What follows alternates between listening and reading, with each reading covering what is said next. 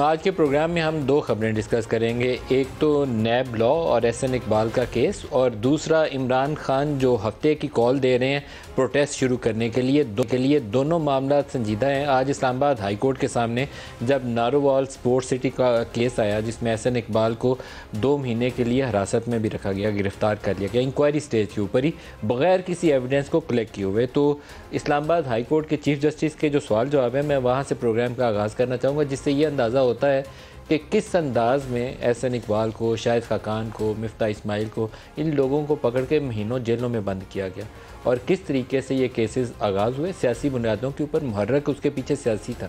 Evidence किसी के ऊपर करप्शन की हो ना, तो फिर उसको छूटना नहीं चाहिए, फिर उसको ताहयात जेल हो जानी चाहिए, बस उसको फांसी पे लटकाना चाहिए। लेकिन अगर किसी के साथ आप ये जालिमाना काम करें कि एविडेंस तो है नहीं है, लेकिन 6-8 महीने के लिए बंदा आप जेल में डाल देते हैं सिर्फ अपने नैब चेयरमैन के पास जो डिस्क्रेशनरी पावर्स थी, तो वो अब्यूज़ ऑफ पावर हो जाती जो नैब करती रही है।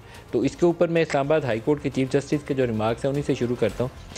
सुप्रीम कोर्ट करार दे चुकी है कि नैब पॉलिटिकल इंजीनियरिंग करता है। क्या ये पॉलिटिकल इंजीनियरिंग का क्लासिक केस नहीं है? ये इसी केस के ऊपर वो ऑब्जर्वेशन दे रहे हैं।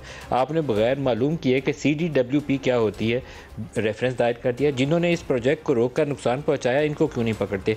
आपका काम करप्शन को देखना था, आप करप्शन को छोड़कर और कामों में लग गए। नैब जो लोगों की इतनी बदनामी कराता है, इसका इजाला कौन करेगा? ये जस्टिस अतर मिनल्ला ये सारी बातें कह रहे हैं नैब को, और नैब के पास कोई जवाब नहीं है। इस मुल्क को या माशाल्लाह वालों ने नुकसान पहुँचाया या फिर नैब ने। एहसन इकबाल के पास कौन सा इख्तियार था जिसका गलत इस्तेमाल हुआ? ये वो नैब वालों से पूछते रहे, नैब वालों ने जवाब नहीं दिया इसका। क्या नारोवाल के अवाम के लिए एक फ्लाही प्रोजेक्ट लगाना जुर्म है? एक काबिल अफसर आहत चीमा बरी हो गया, आपने 3 साल इसको जेल में डाल दे रखा। आप इनको पकड़ते हैं जिन्होंने 2009 तक मंसूबे को रोके रखा।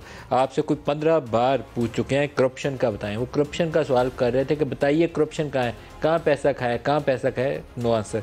ये अवामी मुफाद का मंसूबा है, इसमें करप्शन कहाँ है?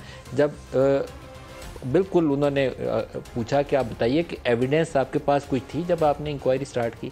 आपके पास सबूत कहाँ थे? आपके पास कोई ऐसी चीज़ आई कि इसमें से कोई 500 मिलियन, 600 मिलियन, कोई 400 मिलियन या 100 मिलियन, 1 मिलियन, 10 रुपये किसी ने खा लिए, कोई एविडेंस आई? तो उन्होंने कहा कि हमने अखबार की खबर के ऊपर इंक्वायरी का आगाज़ किया था। पूछा वो कौन सी अखबार थी? कोई ऐसी तहकीकी रिपोर्ट किसी ने हो सकता है शाया की हो, द न्यूज़ या डॉन ने शाया की हो, और उसके अंदर एविडेंस सामने आ गई हो। तो जवाब आगे से आया, मेट्रो वॉच में ख़बर छपी थी कि जो नारोवाल स्पोर्ट्स सिटी प्रोजेक्ट है उसके अंदर बहुत करप्शन हुई है, तो हमने इंक्वायरी शुरू कर दी। उसके बाद 2 महीने के लिए एहसन इकबाल को जेल में रखा गया।